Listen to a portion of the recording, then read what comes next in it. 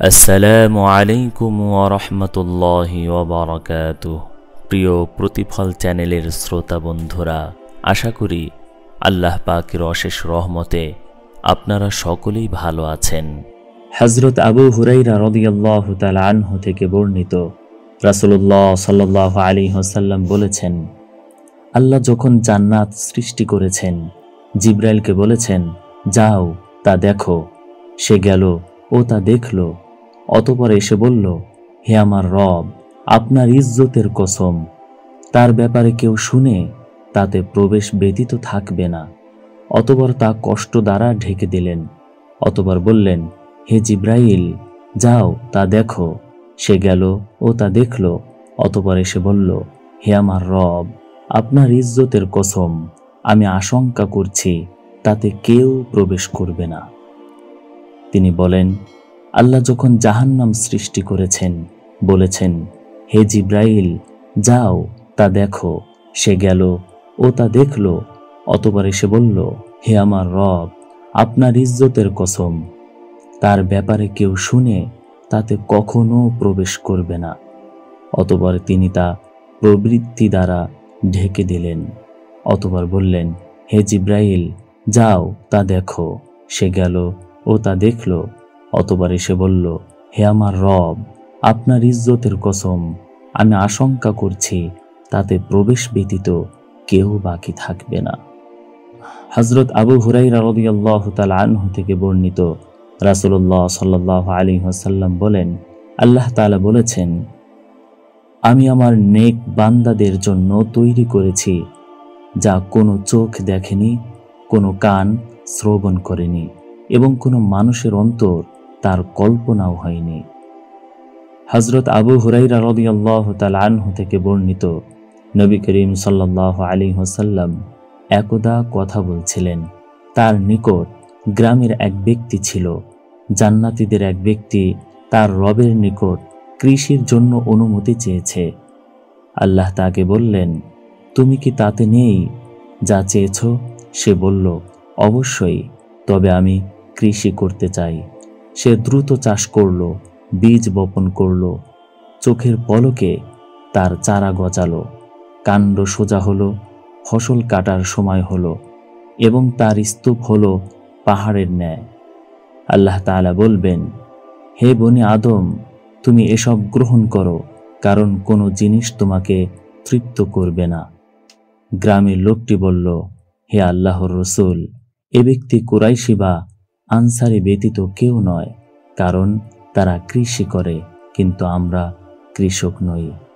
রাসূলুল্লাহ সাল্লাল্লাহু আলাইহি ওয়াসাল্লাম হেসে দিলেন।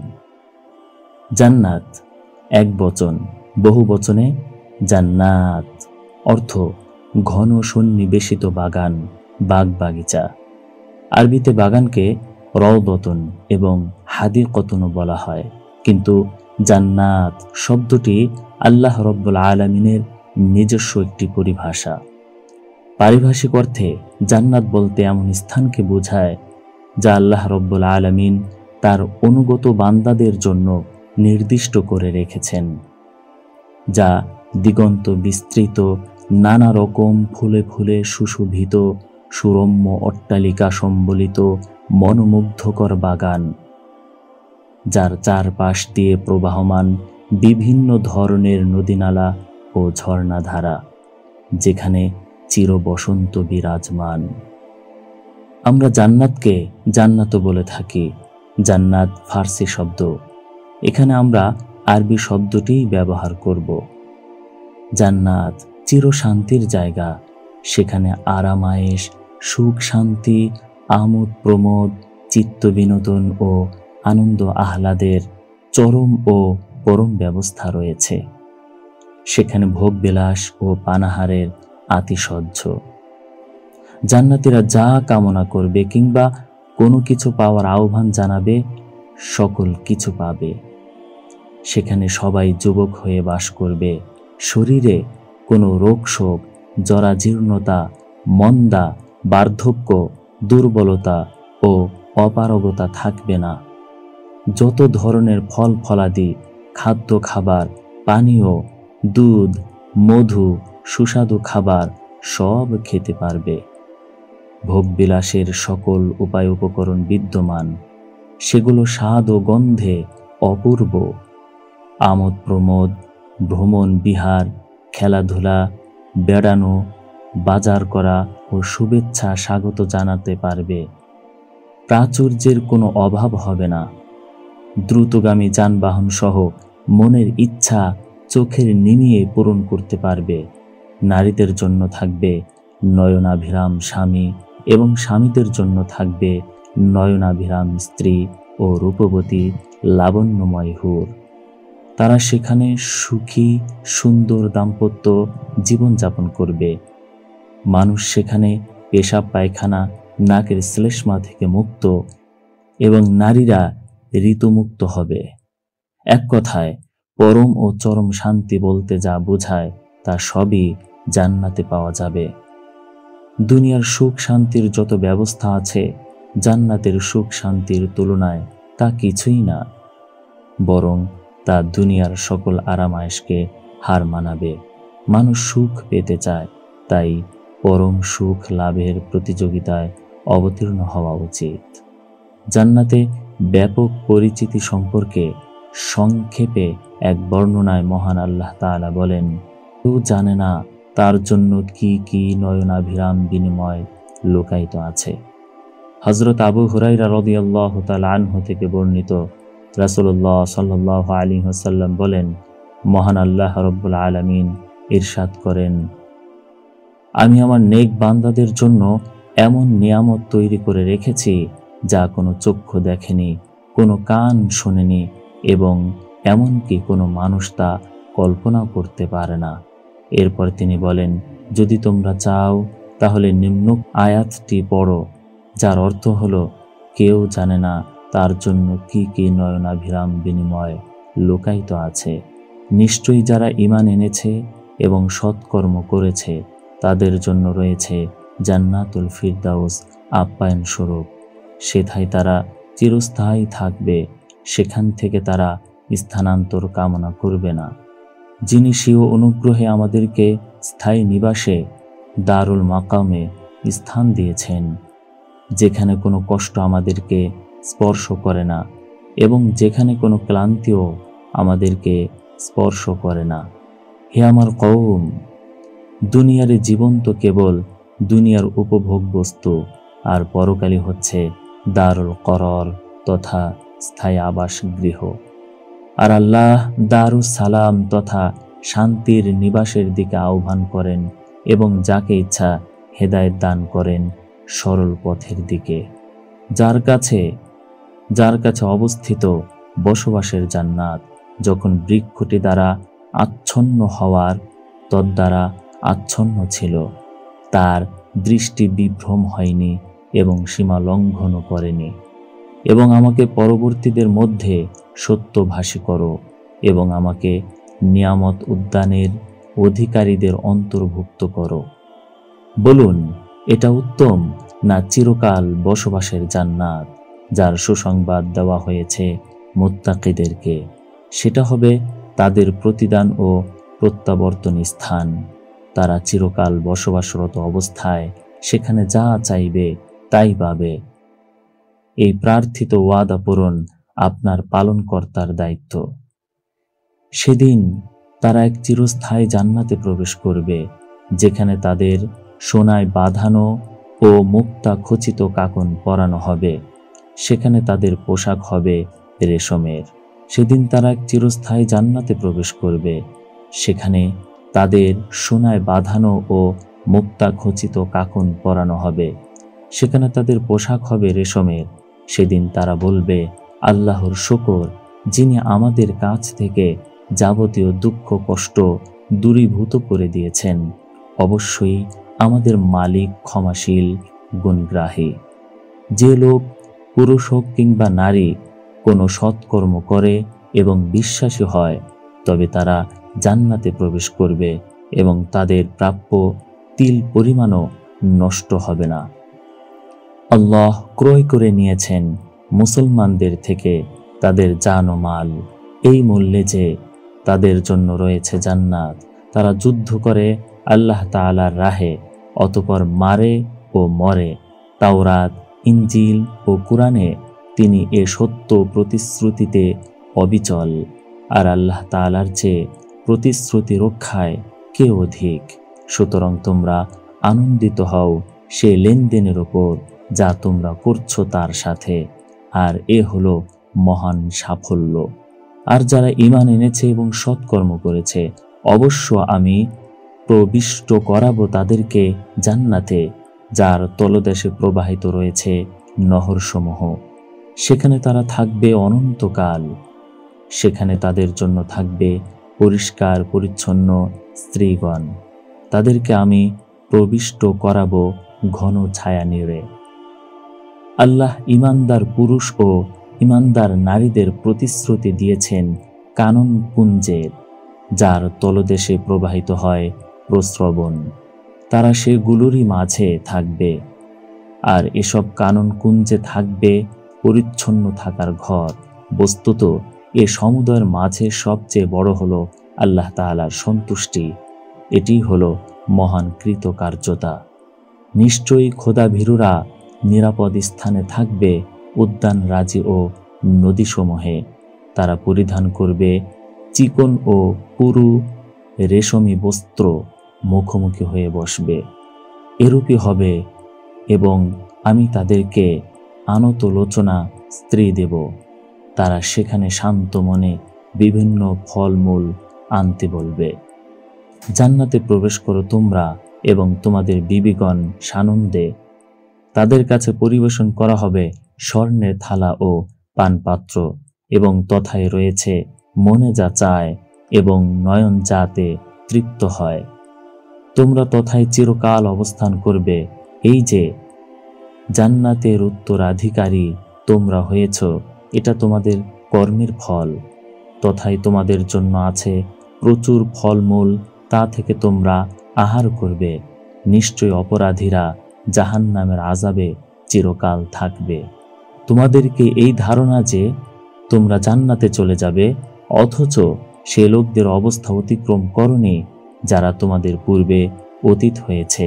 তাদের উপর এসেছে বিপদ ও কষ্ট, আর এমনই ভাবে শিহরিত হতে হয়েছে যাতে নবী ও তার প্রতি যারা ঈমান এনেছিল তাদেরকে পর্যন্ত এই কথা বলতে হয়েছে যে কখন আসবে আল্লাহর সাহায্য।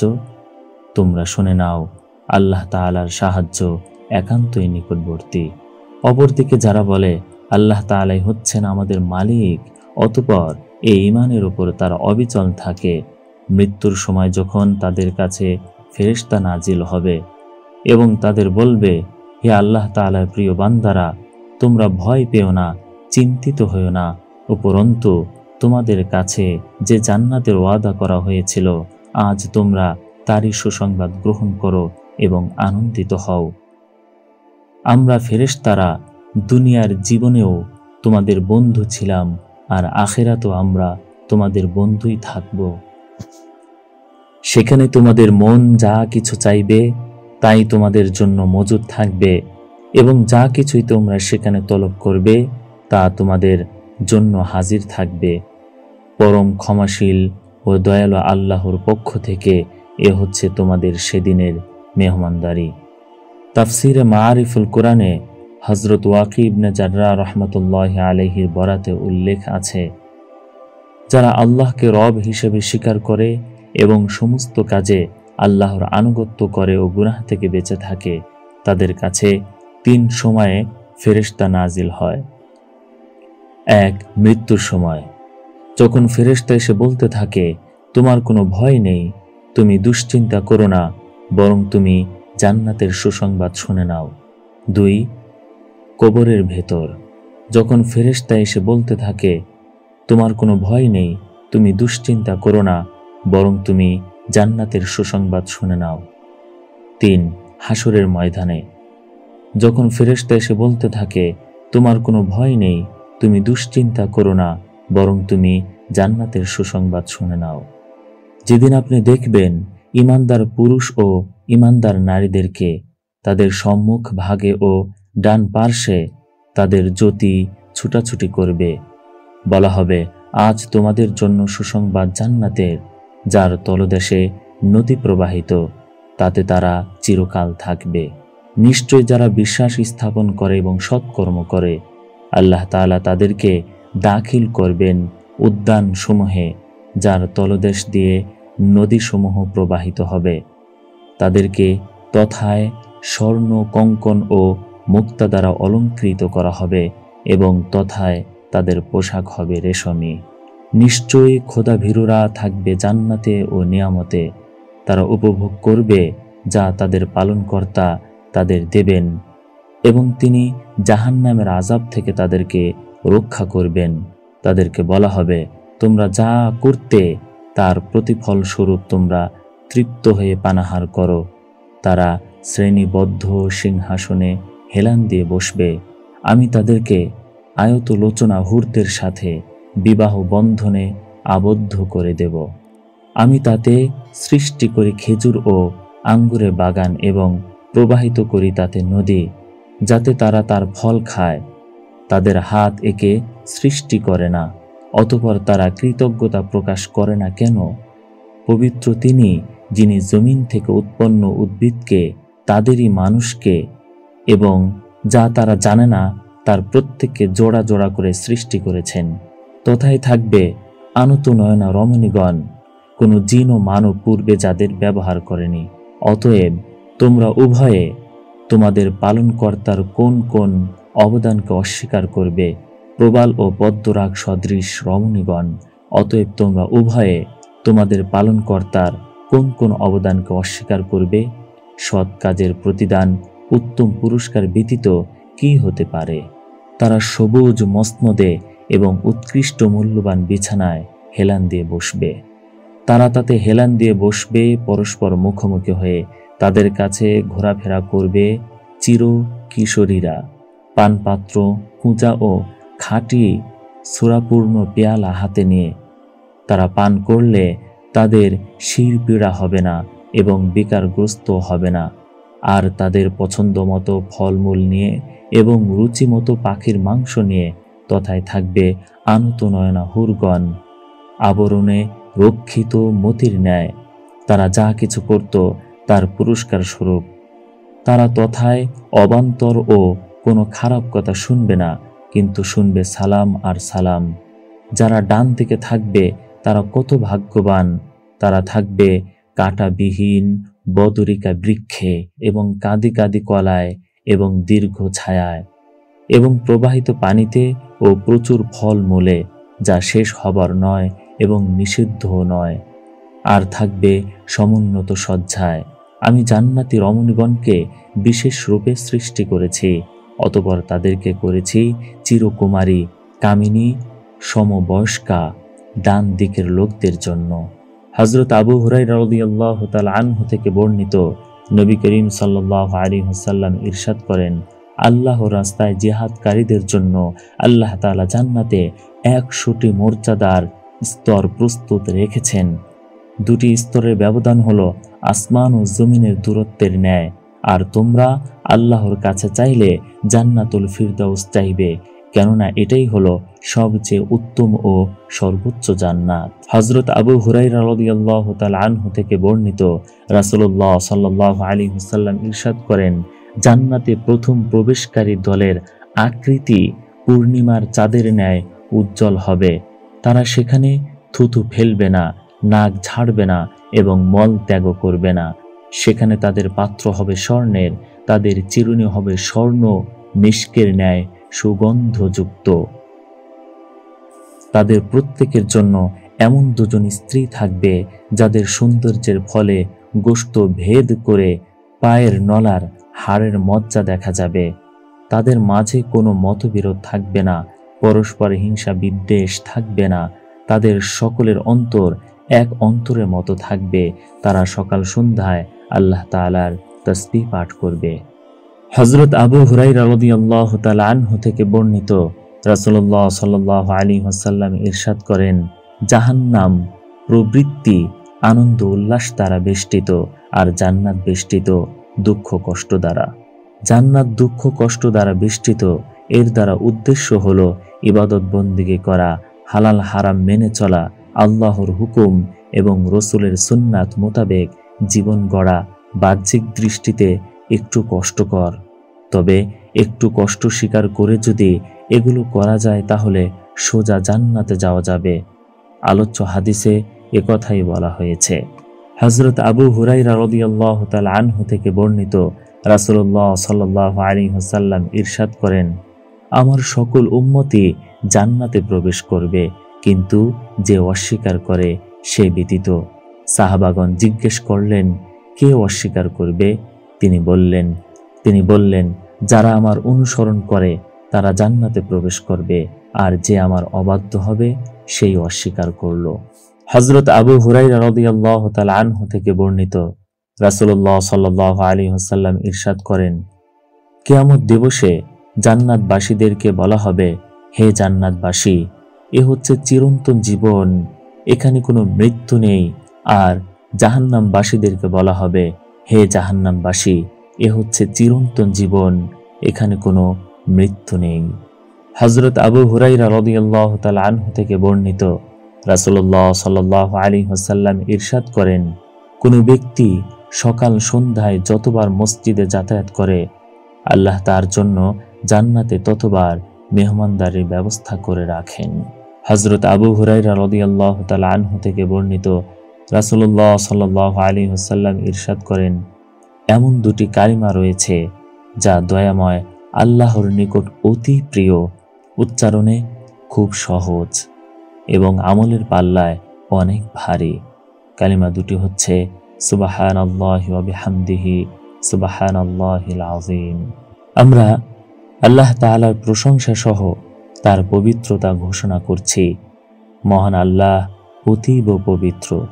প্রত্যেক মুমিনের সর্বোচ্চ কামনা হলো জান্নাতে যাওয়া। তাই জান্নাতে যাওয়ার জন্য কোরআন শিক্ষা করতে হবে। হাদিসে এসেছে, সিয়াম ও কোরআন কিয়ামতের দিন মানুষের জন্য এইভাবে সুপারিশ করবে। সিয়াম বলবে, হে আমার রব, আমি দিনের বেলায় তাকে পানাহার ও যৌনতা থেকে বিরত রেখেছি, তাই তার ব্যাপারে তুমি আমার সুপারিশ কবুল করো। অনুরূপভাবে কোরআন বলবে, হে আমার রব, আমাকে অধ্যয়নরত থাকায় রাতের ঘুম থেকে আমি তাকে বিরত রেখেছি, তাই তার ব্যাপারে তুমি আমার সুপারিশ কবুল করো। তিনি সাল্লাল্লাহু আলাইহি ওয়াসাল্লাম বলেন, অতঃপর উভয়ের সুপারিশই কবুল করা হবে। হযরত আবু হুরায়রা রাদিয়াল্লাহু তাআলা আনহু থেকে বর্ণিত, রাসূলুল্লাহ সাল্লাল্লাহু আলাইহি ওয়াসাল্লাম ইরশাদ করেন, জান্নাতে এমন একটি বৃক্ষ আছে যার ছায়ায় কোনো আরোহী 100 বছর পর্যন্ত চলতে পারবে। আর তোমরা ইচ্ছা করলে কুরআনের এই আয়াত পাঠ করতে পারো, ওয়াজিল্লিম মামদুদ, এবং দীর্ঘ ছায়া। আর জান্নাতে তোমাদের কারো একটি ধনুকের পরিমাণ জায়গাও ওই জায়গার চেয়ে অনেক উত্তম, যেখানে সূর্যোদয় হয় এবং সূর্যাস্ত যায়। হযরত আবু হুরায়রা রাদিয়াল্লাহু তাআলা আনহু থেকে বর্ণিত, রাসূলুল্লাহ সাল্লাল্লাহু আলাইহি ওয়াসাল্লাম ইরশাদ করেন, পৃথিবীতে আমার আগমন সর্বশেষে হলেও কিয়ামত দিবসে আমরা সবার অগ্রগামী হব, কিন্তু অন্যান্য উম্মতদেরকে কিতাব দেওয়া হয়েছে আমাদের পূর্বে, আর আমাদেরকে কিতাব দেওয়া হয়েছে তাদের পরে। হযরত আবু হুরায়রা রাদিয়াল্লাহু তাআলা আনহু থেকে বর্ণিত, তিনি বলেন, আমি রাসূলুল্লাহ সাল্লাল্লাহু আলাইহি ওয়াসাল্লামকে বলতে শুনেছি, তোমাদের কাউকে তার নেক আমল জান্নাতে প্রবেশ করাতে সক্ষম হবে না।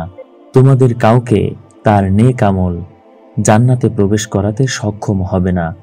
সাহাবাগণ জিজ্ঞাসা করলেন, ইয়া রাসূলুল্লাহ, আপনাকেও নয়?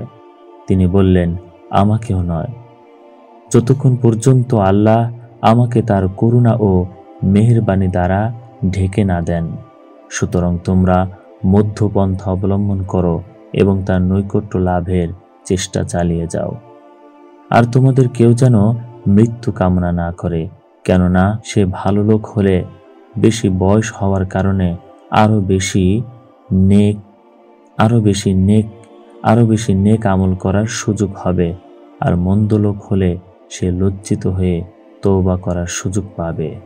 হযরত আনাস বিন মালিক রাদিয়াল্লাহু তাআলা আনহু থেকে বর্ণিত, তিনি বলেন, রাসূলুল্লাহ সাল্লাল্লাহু আলাইহি ওয়াসাল্লাম বলেছেন, কিয়ামতের দিন পৃথিবীর সবচেয়ে ধনবান সুখী ব্যক্তিকে উপস্থিত করা হবে। তাকে জাহান্নামে একটি চুবানি দিয়ে ওঠানো হবে। অতঃপর তাকে প্রশ্ন করা হবে, তুমি কি কখনো কল্যাণ দেখেছ? তুমি কি কখনো সুখ শান্তি পেয়েছ? সে উত্তরে বলবে, না, আল্লাহর শপথ, হে রব।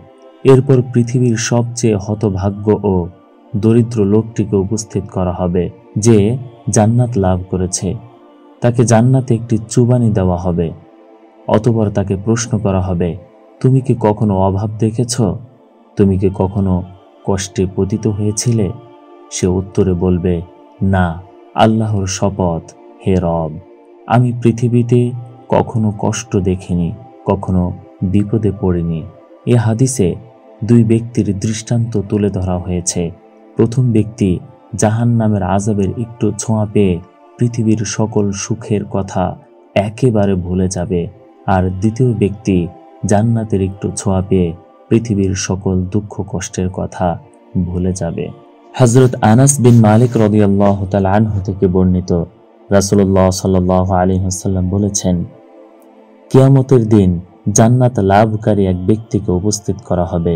তাকে বলা হবে, হে মানব সন্তান, তুমি তোমার ঘর কেমন পেয়েছ? সে উত্তরে বলবে, হে রব, সর্বোৎকৃষ্ট ঘর পেয়েছি। আল্লাহ তাআলা তাকে বলবেন, কিছু চাও, কিছু আকাঙ্ক্ষা করো। সে উত্তরে বলবে, আমি কিছু চাই না, কিছুই আকাঙ্ক্ষা করি না, শুধু আকাঙ্ক্ষা করি যদি আমাকে পৃথিবীতে ফেরত পাঠিয়ে দিতেন আর আমি আপনার পথে 10 বার শহীদ হতে পারতাম। সে এ কথা বলবে যখন জান্নাতে শহীদদের মর্যাদা দেখতে পাবে। এরপর জাহান্নামীদের থেকে এক ব্যক্তিকে উপস্থিত করা হবে। তাকে বলা হবে, হে মানব সন্তান, তোমার ঠিকানা কেমন হয়েছে? সে বলবে, সবচেয়ে নিকৃষ্ট স্থান পেয়েছি। তাকে প্রশ্ন করা হবে, পৃথিবী পরিমাণ স্বর্ণ খরচ করে হলেও তুমি কি অবস্থান মুক্তি কামনা করো? সে বলবে, হ্যাঁ, হে রব। আল্লাহ বলবেন, তুমি মিথ্যা বলেছ। জাহান্নাম থেকে মুক্তির বিনিময়ে তোমার কাছে এর চেয়ে অনেক কম ও অনেক সহজ বিষয় চাওয়া হয়েছিল, তাই তুমি পারোনি। এরপর তাকে আবার জাহান্নামে ফেরত পাঠানো হবে। এ হাদিস থেকে আমরা জানতে পারলাম, একজন জান্নাতি ব্যক্তি পৃথিবীর কোনো কিছু আকাঙ্ক্ষা করবে না, শহীদ হওয়া কামনা করবে। কারণ সে যখন কিয়ামতের দিন শহীদদের অভাবনীয় মর্যাদা দেখবে, তখন এটা ছাড়া আর কিছুই কামনা করবে না। এ হাদিস দ্বারা আমরা আল্লাহর পথে যুদ্ধ করে শহীদ হওয়ার ফজিলত ও মর্যাদা জানতে পারলাম। জাহান্নাম মুক্তি ও জান্নাত লাভ করার জন্য চেষ্টা প্রচেষ্টা করা খুব কঠিন কাজ নয়। এক ব্যক্তি জাহান্নামের দিকে মুখ করা অবস্থায় থাকবে। তখন সে বলবে, হে আমার রব, জাহান্নামের গরম বায়ু আমাকে শেষ করে দিল। আমার চেহারাটা আপনি জাহান্নাম থেকে অন্যদিকে ফিরিয়ে দিন। সে এভাবে আল্লাহ তাআলার কাছে বারবার প্রার্থনা করতে থাকবে। আল্লাহ তাকে বলবেন, তোমার এই প্রার্থনা কবুল হলে এরপর তুমি যেন আর কি না চাও। সে বলবে, আপনার মর্যাদার কসম করে বলছি, এরপর আপনার কাছে আর কিছু চাব না। তখন জাহান্নামের দিক থেকে তার চেহারা ফিরিয়ে দেওয়া হবে। তারপর সে আবার বলতে শুরু করবে, হে আমার রব, আমাকে একটু জান্নাতের দরজার নিকটবর্তী করে দিন। আল্লাহ বলবেন, তুমি কি বলনি এরপর আর কিছুই চাইবে না? ধিক হে মানব সন্তান, তুমি কোনো কথা রাখো না। কিন্তু এ ব্যক্তি প্রার্থনা করতেই থাকবে। আল্লাহ তাআলা বলবেন, আমার তো মনে হয় তোমার এই দাবি পূরণ করা হলে আবার অন্য কিছু চাইবে। সে বলবে, আপনার মর্যাদার কসম করে বলছি, এরপর আপনার কাছে আর কিছুই চাইব না। সে আর কিছুই চাইবে না। এ শর্তে আল্লাহ তাআলা তাকে জান্নাতের গেটের নিকটবর্তী করে দিবেন। যখন সে জান্নাতে গেটের দিকে তাকিয়ে জান্নাতের সুখ শান্তি দেখবে, তখন কিছুক্ষণ চুপ থেকে আবার প্রার্থনা শুরু করবে, হে আমার রব, আমাকে জান্নাতে প্রবেশ করিয়ে দিন। আল্লাহ বলবেন, তুমি কি বলনি এরপর আর কিছুই চাইবে না? ধিক হে মানব সন্তান, তুমি কোনো কথা রাখো না। সে বলবে, হে আমার রব, আমাকে আপনার সৃষ্টির মধ্যে সবচেয়ে দুর্ভাগা করে রাখবেন না। এভাবে সে প্রার্থনা করতে থাকবে। অবশেষে আল্লাহ হাসি দিবেন, তাকে জান্নাতে প্রবেশ করাবেন। যখন মুমিনগণ পুলসিরাত অতিক্রম করে জাহান্নাম থেকে মুক্তি পাবেন আর আল্লাহ তাআলা শাফাআতের অনুমতি দিয়ে বহু সংখ্যক লোককে জাহান্নাম থেকে মুক্তি দান করবেন। তখন যে সকল মানুষ দ্বারা অন্যরা ক্ষতিগ্রস্ত হয়েছে তারা পুলসিরাতের প্রতিবন্ধক গেটে আটকা পড়ে যাবে। তাদের আটকে দেওয়া হবে এজন্য যে সকল মানুষের অধিকার সে ক্ষুণ্ণ করেছে তাদের প্রতিকার আদায় করা হবে তার থেকে। আবু সাঈদ আল খুদরি রাদিয়াল্লাহু তাআলা আনহু থেকে বর্ণিত, তিনি বলেন, রাসূলুল্লাহ সাল্লাল্লাহু আলাইহি ওয়াসাল্লাম বলেছেন, মুমিনগণ জাহান্নাম থেকে মুক্তি পাবে, কিন্তু তারা জান্নাত ও জাহান্নামের মধ্যবর্তী একটি গেটে আটকে যাবে। তখন দুনিয়াতে তারা একজন অপরজনের প্রতি যে জুলুম ও অন্যায় আচরণ করেছে তার প্রতিকার ও বিচার করা হবে। যখন দায়মুক্ত হবে ও তারা পবিত্র হবে তখন জান্নাতে প্রবেশের অনুমতি পাবে। হাফিজ ইবনে হাজার আসকালানি রহমতুল্লাহি আলাইহি বলেছেন, সম্ভবত এরাই হবে আরাফবাসী, যারা অন্য লোকের অধিকার হরণ বা তাদের উপর জুলুম অত্যাচার করার কারণে জান্নাতে প্রবেশের পথে আটকে যাবে। হযরত আবু হুরায়রা রাদিয়াল্লাহু তাআলা আনহু থেকে বর্ণিত, তিনি বলেন, নবী করিম সাল্লাল্লাহু আলাইহি ওয়াসাল্লাম বলেছেন, জান্নাত ও জাহান্নাম পরস্পর বিতর্ক করবে। জাহান্নাম বলবে, আমাকে প্রতাপশালী শক্তিধর স্বৈরাচারদের দেওয়া হয়েছে, আর জান্নাত বলবে, আমার যে কি হলো, শুধু আমার এখানে দুর্বল আর সমাজের পতিত মানুষগুলো আসছে। তখন আল্লাহ জান্নাতকে বলবেন, তুমি হলে আমার রহমত ও করুণা, আমার বান্দাদের মধ্যে যাকে ইচ্ছা আমার রহমত দ্বারা অনুগ্রহ করি। আর তিনি জাহান্নামকে বলবেন, আর তুমি হলে আমার আযাব, বান্দাদের মধ্যে যাকে ইচ্ছা আমি আমার আযাব দিয়ে শাস্তি দিয়ে থাকি। জান্নাত এমন একটি স্থান যার পাশ দিয়ে বয়ে যায় নদী। প্রাসাদ সমূহ তৈরি হয়েছে স্বর্ণ ও রৌপ্যের ইট দিয়ে। এই প্রাসাদের অন্যান্য উপকরণ সমূহের মধ্যে আছে মণিমুক্তা, মৃগনাবি, হীরা মাণিক্য ইত্যাদি। সেখানে আছে নারী পুরুষ সকলের জন্য পবিত্র সঙ্গী সাথী, আছে সব ধরনের ফলমূল। সেখানে অধিবাসীরা খাওয়া দাওয়া আর আমোদ ফুর্তিতে মত্ত থাকবে। থাকবে না কোনো ধরনের চিন্তা ও ভয় ভীতি। সেখানে শুধুই হাসি ও আনন্দ। থাকবে না কোনো কান্না, মৃত্যু থাকবে না, থাকবে না মৃত্যুর চিন্তা। সবচেয়ে বড় নিয়ামত হলো আমাদের মহান রব আল্লাহ রব্বুল আলামিনের সাক্ষাৎ। আল্লাহ রব্বুল আলামিনের সাক্ষাৎ লাভ ও সেখানের সুখ শান্তি আনন্দ ফুর্তির কোনো দৃষ্টান্ত কোনো চোখ এখনো দেখেনি, কোনো কান এখনো শোনেনি, তার সত্যিকার ধরন সম্পর্কে কোনো হৃদয় কখনো কল্পনা করেনি।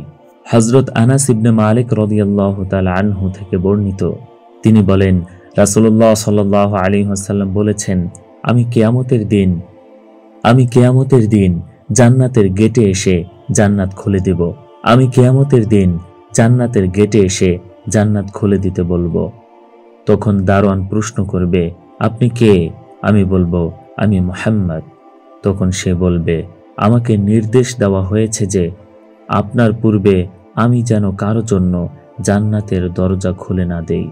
হযরত আব্দুল্লাহ ইবনে আব্বাস রাদিয়াল্লাহু তাআলা আনহু থেকে বর্ণিত, নবী করিম সাল্লাল্লাহু আলাইহি ওয়াসাল্লাম বলেছেন, কিয়ামতের দিন বিভিন্ন জাতি গোষ্ঠীর মানুষদের কিভাবে হাজির করা হবে তার একটি চিত্র আমাকে দেখানো হয়েছে।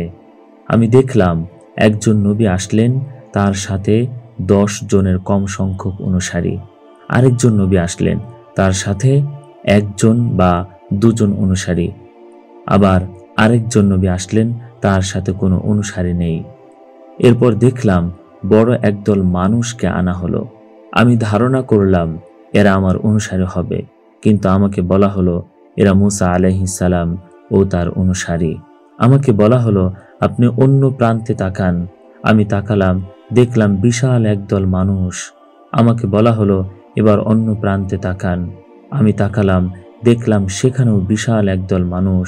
আমাকে বলা হলো এরা সকলে আপনার অনুসারী, এবং তাদের মধ্যে 70,000 মানুষ এমন আছে যারা কোনো হিসাব নিকাশ ও শাস্তি ব্যতীত জান্নাতে প্রবেশ করবে।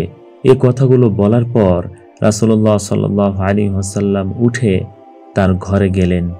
উপস্থিত লোকজন এ সকল লোক কারা হবে এ নিয়ে বিতর্ক জুড়ে দিল। কেহ কেহ বলল তারা হবে ওই সকল মানুষ যারা রাসূলুল্লাহ সাল্লাল্লাহু আলাইহি ওয়াসাল্লামের সাহচর্য লাভ করেছে। কেহ বলল তারা হবে ওই সকল মানুষ যারা ইসলাম নিয়ে জন্মগ্রহণ করেছে আর কখনো শিরিক করেনি। আবার অনেকে অন্য অনেক কথা বলল। ইতিমধ্যে রাসূলুল্লাহ সাল্লাল্লাহু আলাইহি ওয়াসাল্লাম তাদের কাছে আসলেন, বললেন, তোমরা কি নিয়ে বিতর্ক করছিলে? তখন তারা বলল, ওই সকল লোক কারা হবে এই বিষয় নিয়ে আমরা আলোচনা করছিলাম। তখন রাসূলুল্লাহ সাল্লাল্লাহু আলাইহি ওয়াসাল্লাম বললেন, ওই সকল লোক হলো তারা যারা ঝাড়ফুঁক করতে যায় না, যারা কুলক্ষণ শুভ লক্ষণে বিশ্বাস করে না আর শুধু তাদের প্রতিপালকের উপর নির্ভর করে। এ কথা শুনে উকাশা ইবনে মিহসান দাঁড়িয়ে গেলেন আর বললেন, হে আল্লাহর রাসূল, আপনি আল্লাহ তাআলার কাছে দোয়া করুন তিনি যেন আমাকে এ সকল লোকদের অন্তর্ভুক্ত করে নেন। তখন রাসূলুল্লাহ সাল্লাল্লাহু আলাইহি ওয়াসাল্লাম বললেন, তুমি তাদের অন্তর্ভুক্ত হয়ে গেলে।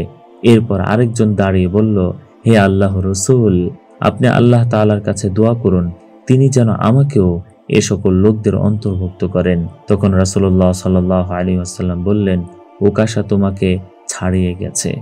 হযরত মুগীর ইবনে শুবা রাদিয়াল্লাহু তাআলা আনহু থেকে বর্ণিত, রাসূলুল্লাহ সাল্লাল্লাহু আলাইহি ওয়াসাল্লাম বলেছেন, মুসা আলাইহিস সালাম তার প্রতিপালককে জিজ্ঞেস করলেন, জান্নাতবাসীদের মধ্যে সর্বনিম্ন মর্যাদার লোকটির মর্যাদা কি রকম হবে? আল্লাহ তাআলা বললেন, সে হলো এমন ব্যক্তি জান্নাতের অধিবাসীদের জান্নাতে প্রবেশ করানোর পর আমি তাকে বলবো, তুমি জান্নাতে প্রবেশ করো। সে বলবে, হে রব, কিভাবে আমি জান্নাতে প্রবেশ করব যখন সকলেই নিজ নিজ মর্যাদা অনুযায়ী স্থান নিয়ে গেছে এবং তাদের পাওনাগুলো গ্রহণ করেছে? তখন তাকে বলা হবে, দুনিয়ার সম্রাটদের মতো একজন সম্রাটদের যা থাকে তোমাকে সেই পরিমাণ দেওয়া হলে তুমি কি সন্তুষ্ট হবে? সে উত্তরে বলবে, হে রব, আমি সন্তুষ্ট হব। আল্লাহ তাআলা বলবেন, তোমাকে সেই পরিমাণ দেওয়া হবে, তারপরও সেই পরিমাণ আবার দেওয়া হবে, তারপরও সেই পরিমাণ আবার দেওয়া হবে, তারপর আবার সেই পরিমাণ দেওয়া হবে। পঞ্চমবার সে বলবে, হে রব, আমি সন্তুষ্ট হয়ে গেলাম। আল্লাহ তাআলা বলবেন, তাহলে এই পরিমাণ তোমার সাথে এর আরো 10 গুণ তোমাকে দেওয়া হলো। আর তোমার জন্য রয়েছে যা তোমার মন কামনা করে আর যা তোমার চোখ দেখতে চায়। সে বলবে, হে প্রভু, আমি সন্তুষ্ট হয়ে গেলাম। তারপর হযরত মুসা আলাইহিস সালাম জিজ্ঞেস করলেন, হে আল্লাহ, আর সবচেয়ে উচ্চ মর্যাদাবান ব্যক্তির স্থান কেমন হবে? আল্লাহ তাআলা বলবেন, তারা হলো যাদের মর্যাদার বীজ আমি নিজ হাতে বপন করেছি এবং তার উপর সিলমোহর এঁটে দিয়েছি। কাজেই সেখানের মর্যাদা ও সুখ শান্তি এমন যা কোনো দিন কোনো চোখ দেখেনি, কোনো কান শোনেনি, কোনো মানুষের অন্তর তার কল্পনা করেনি। রাসূলুল্লাহ সাল্লাল্লাহু আলাইহি ওয়াসাল্লাম বললেন, এর সত্যতা তোমরা আল্লাহ তাআলার এই বাণীতে পেতে পারো যেখানে তিনি বলেছেন, অতএব কোনো ব্যক্তি জানে না চোখ জোড়ানো কি জিনিস তাদের জন্য লুকিয়ে রাখা হয়েছে। হযরত আবু হুরায়রা রাদিয়াল্লাহু তাআলা আনহু থেকে বর্ণিত, তিনি বলেন, রাসূলুল্লাহ সাল্লাল্লাহু আলাইহি ওয়াসাল্লাম বলেছেন, আল্লাহ তাআলা বলেন, আমি আমার সৎকর্মশীল বান্দাদের জন্য এমন বস্তু প্রস্তুত করে রেখেছি যা কোনো চোখ দেখেনি আর যা কোনো কান শোনেনি এবং কোনো মানুষের অন্তর তা কল্পনা করতে সক্ষম হয়নি। আবু হুরায়রা রাদিয়াল্লাহু তাআলা আনহু বলেন, তোমরা চাইলে এই আয়াতটি পাঠ করতে পারো, ফালা তা'লামু নাফসুম মা উখফিয়া লাহুম মিন কুররাতি আয়ুন। অতএব কোনো ব্যক্তি জানে না চোখ জোড়ানো কি জিনিস তাদের জন্য লুকিয়ে রাখা হয়েছে। জান্নাতের 8টি গেট রয়েছে। গেটগুলো এত বিশাল যে একটি গেটের দুপাটের মধ্যে দূরত্ব হলো মক্কা থেকে হিজর পর্যন্ত প্রায় 1160 কিলোমিটার, অথবা মক্কা থেকে বসরা পর্যন্ত প্রায় 1250 কিলোমিটার। প্রত্যেক সৎকর্মশীল ব্যক্তিদের তাদের আমল অনুযায়ী বিশেষ গেট থেকে আহ্বান করা হবে। যে সদকা করেছে তাকে সদকার গেট থেকে আহ্বান করা হবে। যে রোজা রেখেছে তাকে রাইয়ান নামক গেট থেকে আহ্বান করা হবে। জান্নাতের গেট সম্পর্কে আল্লাহ রব্বুল আলামিন বলেন, আর যারা তাদের রবকে ভয় করেছে তাদেরকে দলে দলে জান্নাতের দিকে নিয়ে যাওয়া হবে। অবশেষে তারা যখন সেখানে এসে পৌঁছবে এবং গেট সমূহ খুলে দেওয়া হবে, তখন জান্নাতের রক্ষীরা তাদেরকে বলবে, তোমাদের প্রতি সালাম, তোমরা ভালো ছিলে, অতএব স্থায়ীভাবে থাকার জন্য এখানে প্রবেশ করো। এই আয়াত দ্বারা স্পষ্ট হলো যে জান্নাতে অনেকগুলো গেট আছে। জান্নাতের গেট সম্পর্কে হাদিসে আরও এসেছে। হযরত আবু হুরায়রা রাদিয়াল্লাহু তাআলা আনহু থেকে বর্ণিত, রাসূলুল্লাহ সাল্লাল্লাহু আলাইহি ওয়াসাল্লাম বলেছেন, যে দুটো বিষয় প্রাণ ও সম্পদ আল্লাহর পথে খরচ করেছে তাকে জান্নাতের গেট থেকে ডাক দিয়ে বলা হবে, হে আল্লাহর বান্দা, তোমার জন্য এটা কল্যাণকর।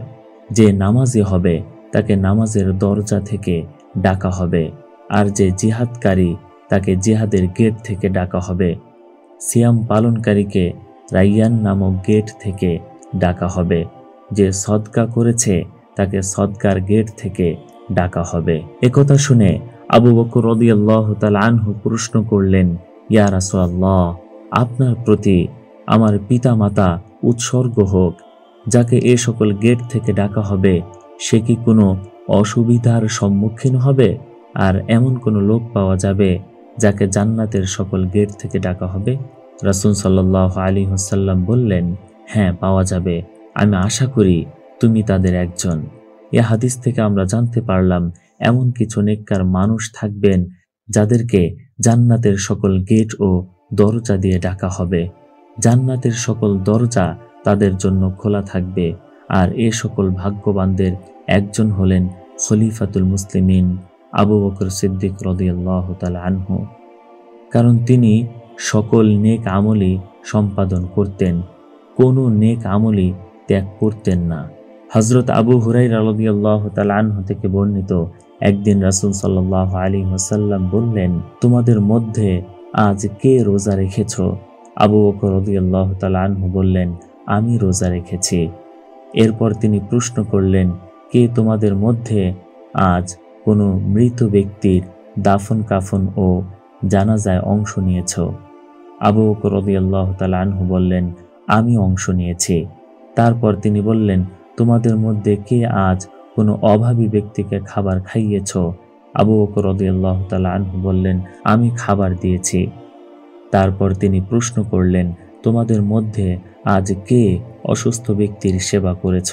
আবু বকর রাদিয়াল্লাহু তাআলা আনহু বললেন, আমি করেছি। রাসূলুল্লাহ সাল্লাল্লাহু আলাইহি ওয়াসাল্লাম বললেন, যার মধ্যে এ ভালো কাজগুলোর সমাবেশ ঘটবে জান্নাতে সে প্রবেশ করবেই। আর এজন্যই আবু বকর রাদিয়াল্লাহু তাআলা আনহুকে জান্নাতের সকল গেট থেকে আহ্বান করা হবে, কারণ তিনি সকল প্রকার ভালো কাজ করেছেন। হাদিসে আরও এসেছে, হযরত সাহাল বিন সাদ রাদিয়াল্লাহু তাআলা আনহু থেকে বর্ণিত, তিনি বলেন, রাসূলুল্লাহ সাল্লাল্লাহু আলাইহি ওয়াসাল্লাম বলেছেন, জান্নাতের একটি গেট রয়েছে যার নাম রাইয়ান। কিয়ামতের দিন সিয়াম পালনকারীরাই শুধু সে দরজা দিয়ে প্রবেশ করবে, তাদের ছাড়া অন্য কেউ সে দরজা দিয়ে প্রবেশ করতে পারবে না। সেদিন ঘোষণা করা হবে, সিয়াম পালনকারীরা কোথায়? তখন তারা দাঁড়িয়ে যাবে সে দরজা দিয়ে প্রবেশ করার জন্য। যখন তারা প্রবেশ করবে দরজা বন্ধ করে দেওয়া হবে, ফলে তারা ব্যতীত অন্য কেউ প্রবেশ করতে পারবে না। এই হাদিস দিয়েও আমরা বুঝলাম জান্নাতে রোজাদারদের জন্য একটি বিশেষ গেট থাকবে। জান্নাতীদের মান মর্যাদা অনুযায়ী বিভিন্ন স্তর দান করা হবে। এমনিভাবে মুজাহিদদের জন্য 100 স্তর থাকবে, অন্যান্য ঈমানদার ও আলেম ওলামাদের জন্য থাকবে বিভিন্ন স্তর। এ সম্পর্কে আল্লাহ রাব্বুল আলামিন বলেন, আর যারা তার নিকট আসবে মুমিন অবস্থায় সৎকর্ম করে তাদের জন্যই রয়েছে সর্বোচ্চ মর্যাদা। তোমাদের মধ্যে যারা ঈমান এনেছে এবং যাদেরকে জ্ঞান দান করা হয়েছে, আল্লাহ তাআলা তাদেরকে মর্যাদায় সমুন্নত করবেন। আর তোমরা যা করো আল্লাহ সে সম্পর্কে সম্যক অবহিত। গৃহে উপবিষ্ট মুসলমান যাদের কোনো সঙ্গত ওজর নেই এবং ওই সকল মুসলমান যারা জান ও মাল দ্বারা আল্লাহ তাআলার পথে জিহাদ করে সমান নয়। যারা জান ও মাল দ্বারা জিহাদ করে আল্লাহ তাআলা তাদের পদমর্যাদা বাড়িয়ে দিয়েছেন গৃহে উপবিষ্টদের তুলনায়, এবং প্রত্যেকের সাথেই আল্লাহ তাআলা কল্যাণের ওয়াদা করেছেন। আল্লাহ মুজাহিদিনকে উপবিষ্টদের উপর মহান প্রতিদানে শ্রেষ্ঠ করেছেন। এগুলো তার পক্ষ থেকে পদমর্যাদা, ক্ষমা ও করুণা। আল্লাহ ক্ষমাশীল ও করুণাময়। এ সকল আয়াতের সবগুলোতে আমরা দেখতে পাচ্ছি আল্লাহ তাআলা জান্নাতে মর্যাদার বিভিন্ন স্তর রেখেছেন। তিনি নবী ও রসুলদের পর সাধারণ মানুষদের মধ্য থেকে আলেম ওলামা ও আল্লাহর পথে জিহাদ করেছেন তাদের বিশেষ ও সুউচ্চ মর্যাদা দান করবেন। হযরত আবু হুরায়রা রাদিয়াল্লাহু তাআলা আনহু থেকে বর্ণিত, তিনি বলেন, নবী করিম সাল্লাল্লাহু আলাইহি ওয়াসাল্লাম বলেছেন, হে আল্লাহ, যে আল্লাহ ও তার রসুলের প্রতি বিশ্বাস স্থাপন করবে আর নামাজ কায়েম করবে ও রোজা পালন করবে, আল্লাহর উপর দায়িত্ব হলো তিনি তাকে জান্নাতে প্রবেশ করাবেন। সে ব্যক্তি তার জন্মভূমিতে বসে থাকুক বা আল্লাহর পথে জিহাদ করুক, উভয় অবস্থাতে সে জান্নাতের অধিকারী হবে। সাহাবীগণ বললেন, ইয়া রাসূলুল্লাহ, আমরা কি এই সুসংবাদটি মানুষকে দেব না? আমরা কি এই সুসংবাদটি মানুষকে দেব না? রাসূলুল্লাহ সাল্লাল্লাহু আলাইহি ওয়াসাল্লাম বললেন, অবশ্যই। জান্নাতে 100 স্তর রয়েছে বিভিন্ন মর্যাদার, যা আল্লাহ সে সকল লোকদের জন্য প্রস্তুত রেখেছেন যারা আল্লাহর পথে যুদ্ধ করেছে। এক একটি মর্যাদার ব্যাপ্তি হবে আকাশ ও পৃথিবীর মধ্যকার দূরত্বের সমপরিমাণ। যখন তোমরা আল্লাহ তাআলার কাছে প্রার্থনা করবে, তখন তোমরা জান্নাতুল ফিরদাউস চাবে, কারণ এটা জান্নাতের মধ্যবর্তী ও সুউচ্চ মর্যাদার স্থান। এর ওপরে রয়েছে দয়াময় আল্লাহর আরশ। যারা আল্লাহর পথে তার দিন সুউচ্চ করার লক্ষ্যে যুদ্ধ ও জিহাদ করবে, তাদের মর্যাদা সবচেয়ে বেশি। আল্লাহ তাআলার কাছে জান্নাতের সর্বোচ্চ মর্যাদা তথা ফিরদাউস লাভ করার জন্য প্রার্থনা করতে রাসূলের নির্দেশ। এই হাদিসটি মুসলিমদের জন্য একটি বিরাট সুসংবাদ। সাহাবায়ে কেরাম হাদিসটি শোনার পর বলেছেন, এই সংবাদটি কি আমরা সকলের কাছে প্রচার করব না? তাদের প্রশ্নের উত্তরে রাসূলুল্লাহ সাল্লাল্লাহু আলাইহি ওয়াসাল্লাম কিছু বলেননি। অন্য বর্ণনায় আছে, তিনি বলেছেন, তাহলে লোকদের অলসতায় পেয়ে বসবে। মোট কথা হলো, যেখানে ও যখন হাদিসটি বললে লোকদের অলসতায় পেয়ে বসবে না, বরং ঈমান ও ইসলামের ব্যাপারে তাদের উৎসাহিত করা প্রয়োজন, তখন হাদিসটি বলা উচিত। আর যখন দেখা যাবে হাদিসটি বললে এ সমাজের লোকদের মধ্যে অলসতা এসে যাবে, তখন না বলা উচিত হবে। হযরত আব্দুল্লাহ ইবনে আমর ইবনুল আস রাদিয়াল্লাহু তাআলা আনহু থেকে বর্ণিত, তিনি বলেন, রাসূলুল্লাহ সাল্লাল্লাহু আলাইহি ওয়াসাল্লাম বলেছেন, আল কুরআনের ধারক বাহককে বলা হবে, পাঠ করতে থাকো আর উপরে উঠতে থাকো এবং সামনে অগ্রসর হও, যেমন তুমি দুনিয়াতে কোরআন পাঠে সামনে অগ্রসর হয়েছিলে। তোমার মর্যাদা সেখানে যেখানে তুমি তোমার সর্বশেষ আয়াতটি পাঠ করবে। এভাবে আল কোরআনের ধারক বাহক, হাফেজ, কারি, আলেম, কোরআনের বাণী প্রচারক ও মুফাসসিরদেরকে জান্নাতে সুউচ্চ মর্যাদা দান করা হবে। কিন্তু যারা নিজেদের রবকে ভয় করে, তাদের জন্য রয়েছে কক্ষসমূহ, যার উপর নির্মিত আছে আরো কক্ষ, আর নিচ দিয়ে নদী প্রবাহিত। এটি আল্লাহর ওয়াদা। আল্লাহ ওয়াদা খেলাফ করেন না। এই আয়াত দ্বারা আমরা বুঝতে পারলাম যে জান্নাতবাসীদের জন্য জান্নাতে প্রাসাদ ও কক্ষসমূহ প্রস্তুত করে রাখা হয়েছে। হাদিসে এসেছে, হযরত আবু সাঈদ খুদরি রাদিয়াল্লাহু তাআলা আনহু থেকে বর্ণিত যে রাসূলুল্লাহ সাল্লাল্লাহু আলাইহি ওয়াসাল্লাম বলেছেন, জান্নাতের কক্ষে অবস্থানরত জান্নাতবাসীরা অন্যান্য জান্নাতবাসীদের দেখবে, যেমন তোমরা পূর্ব ও পশ্চিম প্রান্তে অস্তগামী নক্ষত্রসমূহকে দেখতে পাও। তাদের পরস্পরের মর্যাদার ভিন্নতা সত্ত্বেও তোমরা দেখতে পাবে। সাহাবীগণ প্রশ্ন করলেন, ইয়া রাসূলুল্লাহ, রাসূলদের এই যে মর্যাদা রয়েছে, তাতে অন্য কেহ কি অভিষিক্ত হতে পারবে? তিনি বললেন, যার হাতে আমার প্রাণ, সেই সত্তার শপথ, ওই সকল মানুষেরা সেই মর্যাদা পাবে যারা আল্লাহ তাআলার প্রতি বিশ্বাস স্থাপন করেছে ও রসুলদের সত্য বলে স্বীকৃতি দিয়েছে। আমরা যেমন ভূপৃষ্ঠে অবস্থান করে আকাশের সব তারকাগুলো দেখতে পাই, কোনোটা আছে পূর্ব প্রান্তে, কোনোটা পশ্চিম প্রান্তে, আবার কোনোটি মধ্য আকাশে থাকে। কোনোটা দেখতে আমাদের বেগ পেতে হয় না। এমনিভাবে জান্নাতের কক্ষ ও অধিবাসীদের দেখা যাবে। হে আমার বান্দাগণ, তোমাদের আজ কোনো ভয় নেই এবং তোমরা দুঃখিতও হবে না। তোমরা আমার আয়াতসমূহে বিশ্বাস স্থাপন করেছিলে এবং তোমরা আজ্ঞাবহ ছিলে। জান্নাতে প্রবেশ করো তোমরা এবং তোমাদের বিবিগণ সানন্দে। তাদের কাছে পরিবেশন করা হবে স্বর্ণের থালা ও পানপাত্র, এবং তথায় রয়েছে মনে যা চায় এবং নয়ন যাতে তৃপ্ত হয়। তোমরা তথায় চিরকাল অবস্থান করবে। এই যে জান্নাতের উত্তরাধিকারী তোমরা হয়েছ, এটা তোমাদের কর্মের ফল।